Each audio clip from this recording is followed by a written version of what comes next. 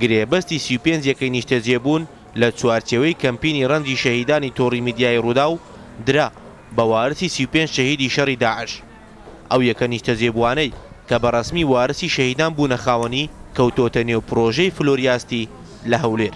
ئەرکێکی ئەنسانیە، یعنی یارمەتیدان و خزمەتکردنی ئایلەی شەهیدان، نەتەنیا شەهیدان بەلکی ئەوانەی ئێستاژی هەر لە بەرەکانی جەنگن. ئەمە وەزیفەیەک لەسەر تەکتەکی ئێمەیە کە یارمەتی ئایلەکانیان بدەن و حەچی لە ناحیا ژیان و لە دەستی ئێمەتی بۆ ئەوەی ژیانیان باشترکن لە دەستمانتر نابێ ئێمە مزایقەی لێ بکەن لەبەرەوەی خۆ نابێ هەموو تشتیژە هە لەسەر حکوومەت بەجی بهێلێ.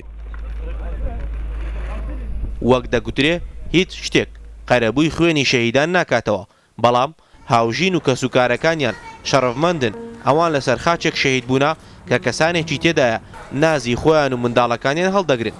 ئەوانەشی لە چوارچێوەی کەمپینی ڕەنجی شەهیدان لە هەولێر یەکەی نیشتەجێبوونیان بۆ دەرچووە کەسوکار و هاوژینی شەهیدانی ناوچوو دەڤەرە جیاوازەکانی باشووری کوردستانن.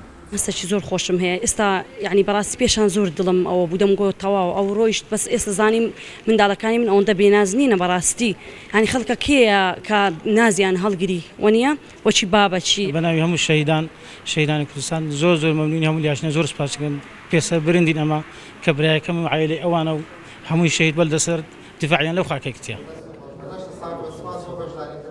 لە چوارچێوەی کەمپینی ڕەنجی شەهیدانی تۆڕی میدیای ڕوودا و جگە لە بەخشینی بڕێک پارە بە وارسی شەهیدانی شەڕی داعش لەلایەن سەرمایەدارانەوە لە چەند پرۆژەیەکی جیاواز لە شار و شارۆچکەکانی باشووری کوردستان زیاتر لە هەفتایەکەی نیشتەجێبوونیان بۆ تەرخان کراوە کە ئێستا دەست کراوە بە پێدانی گرێبەستەکانیان لەلایەن خاوەنی پرۆژەکانەوە. دوای دابەشکردنی ژمارەیەک یەکەی نیشتەجێبوون لە پرۆژەی فلۆریاستی لە هەولێر بەسەر ژمارەیەک لە کەسوکاری شەهیدانی شەڕی داعش بڕیارە یەکێک لە باڵەخانەکانی نێو پرۆژەکە بە نێوی کەمپینی ڕەنجی شەهیدانی تۆڕی میدیای ڕوودا و بکرێت بۆ ئەوەی وەک چۆن ناوی شەهیدان هەمیشە دەمێنێتەوە ناوی کەمپینەکەش بۆ هەمیشە ببێنێتەوە.